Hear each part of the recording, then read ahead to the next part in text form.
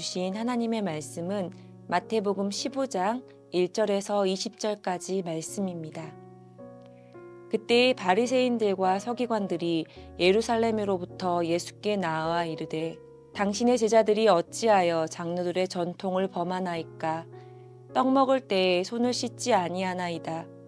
대답하여 이르시되 너희는 어찌하여 너희의 전통으로 하나님의 계명을 범하느냐?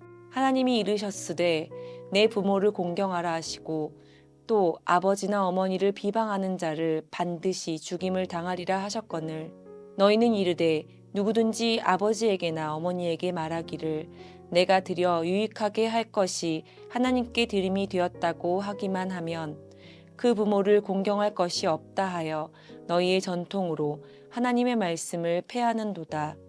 외식하는 자들아 이사야가 너희에 관하여 잘 예언하였도다. 일렀으되 이 백성이 입술로는 나를 공경하되 마음은 내게서 멀도다. 사람의 계명으로 교훈을 삼아 가르치니 나를 헛되이 경배하는도다 하였느니라 하시고 무리를 불러 이르시되 듣고 깨달으라. 입으로 들어가는 것이 사람을 더럽게 하는 것이 아니라 입에서 나오는 그것이 사람을 더럽게 하는 것이니라. 이에 제자들이 나와 이르되 바리새인들이 이 말씀을 듣고 걸림이 된 줄 아시나이까? 예수께서 대답하여 이르시되 심은 것마다 내 하늘 아버지께서 심으시지 않은 것은 뽑힐 것이니 그냥 두라. 그들은 맹인이 되어 맹인을 인도하는 자로다.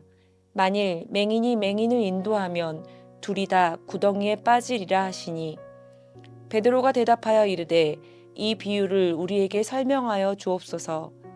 예수께서 이르시되 너희도 아직까지 깨달음이 없느냐?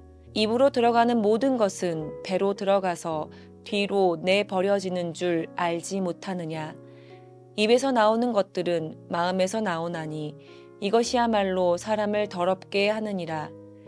마음에서 나오는 것은 악한 생각과 살인과 간음과 음란과 도둑질과 거짓 증언과 비방이니 이런 것들이 사람을 더럽게 하는 것이요 씻지 않는 손으로 먹는 것은 사람을 더럽게 하지 못하느니라. 아멘.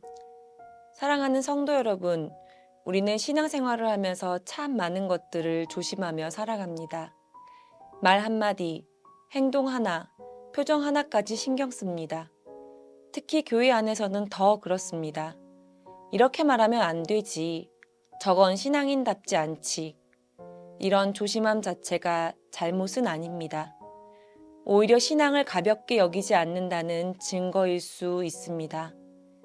그런데 문제가 되는 순간이 있습니다.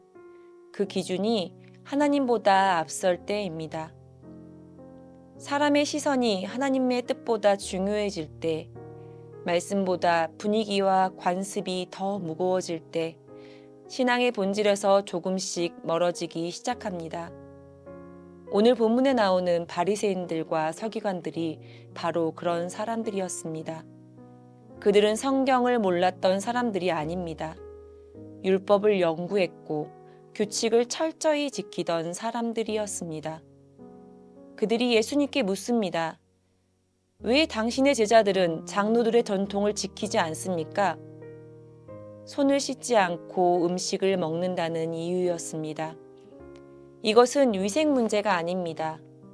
신앙의 기준이 무엇이냐는 질문이었습니다. 그때 예수님은 되묻습니다. 너희는 어찌하여 너희 전통으로 하나님의 계명을 범하느냐? 예수님은 전통 자체를 부정하지 않으십니다. 문제는 전통 때문에 하나님의 말씀이 가려지고 있었다는 것입니다. 예수님은 고르반이라는 관습을 예로 드십니다. 부모를 도와야 할 재산을 이것은 하나님께 드린 것입니다 라고 말하면 부모를 공경하지 않아도 된다는 그런 전통이었습니다. 겉으로는 아주 경건해 보입니다. 하지만 실제로는 하나님의 계명을 피해가는 장치였습니다. 그래서 예수님은 분명히 말씀하십니다. 너희가 너희 전통으로 하나님의 말씀을 폐하는도다. 사랑하는 성도 여러분, 하나님은 예배라는 명분으로 사랑을 외면하는 신앙을 기뻐하지 않으십니다. 헌신이라는 이름으로 책임을 내려놓는 신앙을 원하지 않으십니다. 예수님은 이어서 이사야의 말씀을 인용하십니다. 이 백성이 입술로는 나를 공경하되 마음은 내게서 멀도다. 입술의 신앙, 형식의 신앙, 모양만 남은 신앙에 대한 하나님의 탄식입니다. 예배는 드리지만 마음은 하나님께 없을 수 있습니다. 말씀은 알지만 순종보다는 판단이 앞설 수 있습니다. 그래서 예수님은 무리를 향해 이렇게 선언하십니다. 입으로 들어가는 것이 사람을 더럽게 하는 것이 아니라 입에서 나오는 것이 사람을 더럽게 한다. 당시 유대인들에게는 큰 충격이었습니다. 음식 규례는 신앙의 중요한 기준이었기 때문입니다. 입으로 들어간 것은 배로 들어갔다가 사라집니다. 그러나 입에서 나오는 말과 행동은 마음에서 나옵니다. 그리고 예수님은 분명히 말씀하십니다. 사람을 더럽히는 것은 악한 생각, 거짓, 비방, 음란 모두 마음에서 시작된다고요. 우리는 종종 말합니다. 나도 모르게 그랬어요. 상황이 그래서 어쩔 수 없었어요. 그러나 예수님은 말씀하십니다. 말은 마음의 결과이고 행동은 마음의 열매라고.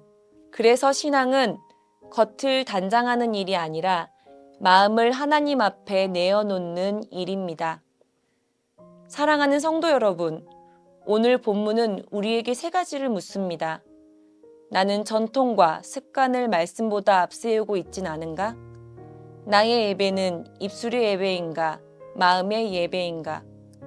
내 입에서 나오는 말은 내 마음의 상태를 어떻게 증언하고 있는가? 신앙의 기준이 전통이 아니라 하나님의 말씀이 되어야 합니다. 겉모습이 아니라 마음의 상태가 중요합니다.